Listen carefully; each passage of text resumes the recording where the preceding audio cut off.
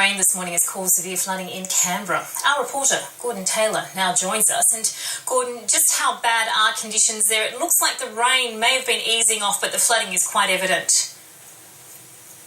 Yes, we've had major flooding this morning, mainly in the north of Canberra. The main road out of Canberra, Northwood Avenue, is closed right from the city all the way to the showground on the edge of Canberra. At one stage, we've had several cars flooded, stuck in the floods. Behind me, you can see some water in a suburban street. People are actually getting water out of their flooded house. The SES has had a huge number of calls, mainly from flooding through roofs and collapsed roofs from the rain. It was very, very intense at one moment.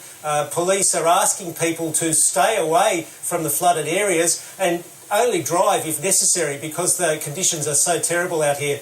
So I imagine, given that that is such a major road as well, this will cause some havoc there in Canberra for people as they try and get on with their weekend.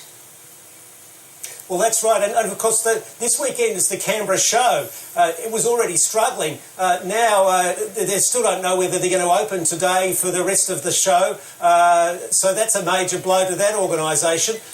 We've also heard of flooding out near the airport in a rural area, and farmers are also being advised to maybe move their stock to higher ground because they may be in danger as well. So ramifications outside of Canberra, but also in the north of Canberra here, disrupting people's weekend, but also causing quite a lot of damage. And even though you say the rain is easing, it is easing now, but the SES says that they'll be responding to calls all day and expect a long night as well. So do we anticipate that flooding might in fact remain in those areas for some time to come, and do we anticipate that there may be more rain on the way?